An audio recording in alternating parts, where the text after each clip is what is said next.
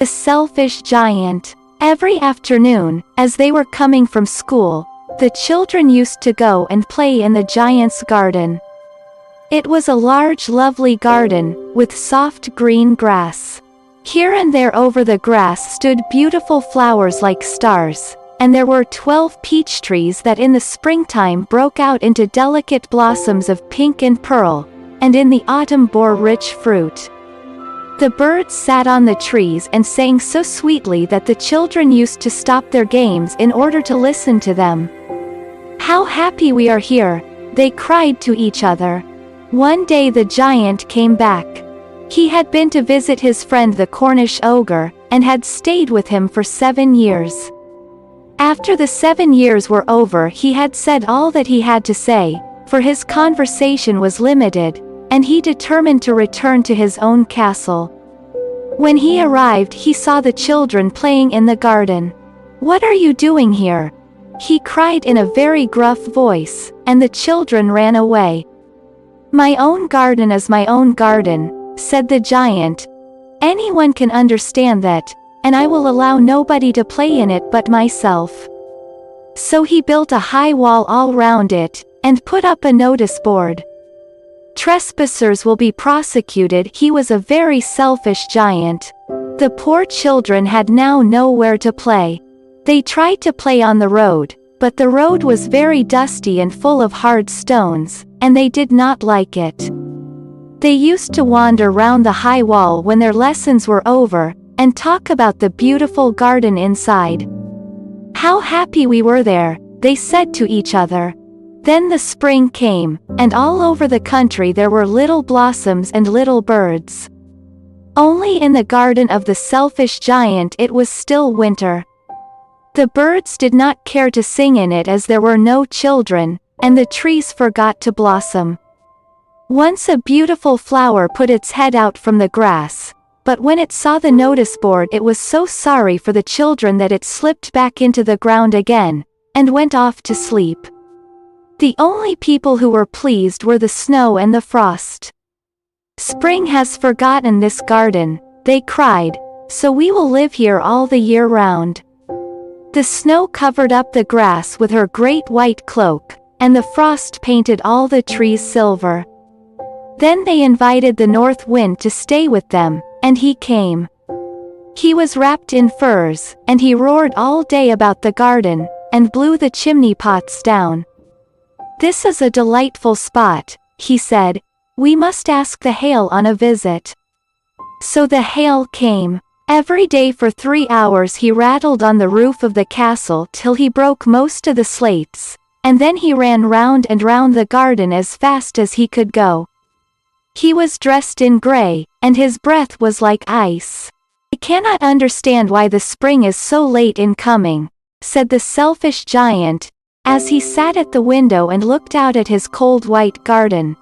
"I hope there will be a change in the weather." But the spring never came, nor the summer. The autumn gave golden fruit to every garden, but to the giant's garden she gave none. "He is too selfish," she said. So it was always winter there, and the north wind, and the hail, and the frost, and the snow danced about through the trees. One morning the giant was lying awake in bed when he heard some lovely music. It sounded so sweet to his ears that he thought it must be the king's musicians passing by. It was really only a little linnet singing outside his window, but it was so long since he had heard a bird sing in his garden that it seemed to him to be the most beautiful music in the world. Then the hail stopped dancing over his head, and the north wind ceased roaring, and a delicious perfume came to him through the open casement. "I believe the spring has come at last," said the giant, and he jumped out of bed and looked out. What did he see? He saw a most wonderful sight. Through a little hole in the wall the children had crept in, and they were sitting in the branches of the trees. In every tree that he could see there was a little child. And the trees were so glad to have the children back again that they had covered themselves with blossoms, and were waving their arms gently above the children's heads. The birds were flying about and twittering with delight, and the flowers were looking up through the green grass and laughing. It was a lovely scene, only in one corner it was still winter. It was the farthest corner of the garden, and in it was standing a little boy. He was so small that he could not reach up to the branches of the tree, and he was wandering all round it, crying bitterly. The poor tree was still quite covered with frost and snow, and the north wind was blowing and roaring above it. "Climb up, little boy," said the tree, and it bent its branches down as low as it could, but the boy was too tiny. And the giant's heart melted as he looked out. "How selfish I have been," he said. "Now I know why the spring would not come here. I will put that poor little boy on the top of the tree, and then I will knock down the wall, and my garden shall be the children's playground forever and ever." He was really very sorry for what he had done. So he crept downstairs and opened the front door quite softly, and went out into the garden. But when the children saw him they were so frightened that they all ran away, and the garden became winter again. Only the little boy did not run, for his eyes were so full of tears that he did not see the giant coming.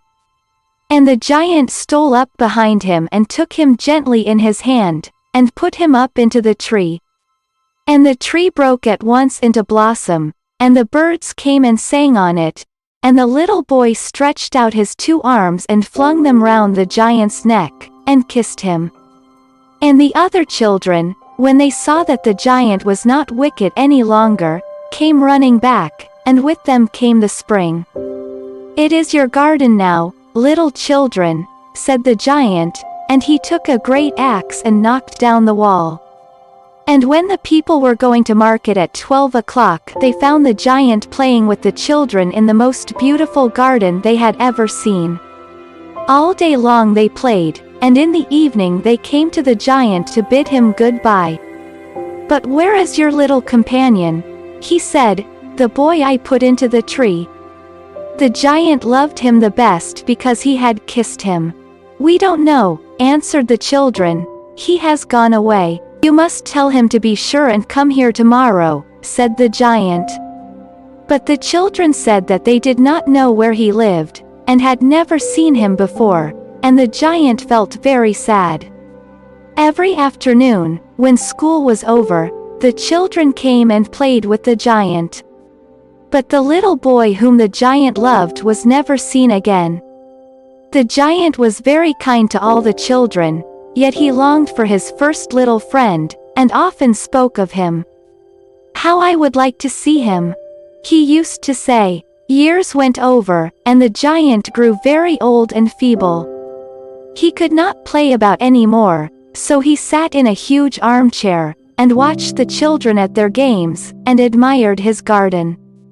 "I have many beautiful flowers," he said, "but the children are the most beautiful flowers of all." One winter morning he looked out of his window as he was dressing. He did not hate the winter now, for he knew that it was merely the spring asleep, and that the flowers were resting. Suddenly he rubbed his eyes in wonder, and looked and looked. It certainly was a marvelous sight. In the farthest corner of the garden was a tree quite covered with lovely white blossoms. Its branches were all golden, and silver fruit hung down from them, and underneath it stood the little boy he had loved. Downstairs ran the giant in great joy, and out into the garden. He hastened across the grass, and came near to the child. And when he came quite close his face grew red with anger, and he said, "Who hath dared to wound thee?" For on the palms of the child's hands were the prints of 2 nails, and the prints of 2 nails were on the little feet. "Who hath dared to wound thee?" cried the giant. "Tell me, that I may take my big sword and slay him." "Nay," answered the child, "but these are the wounds of love." "Who art thou?" said the giant, and a strange awe fell on him, and he knelt before the little child. And the child smiled on the giant, and said to him, "You let me play once in your garden, Today you shall come with me to my garden, which is paradise."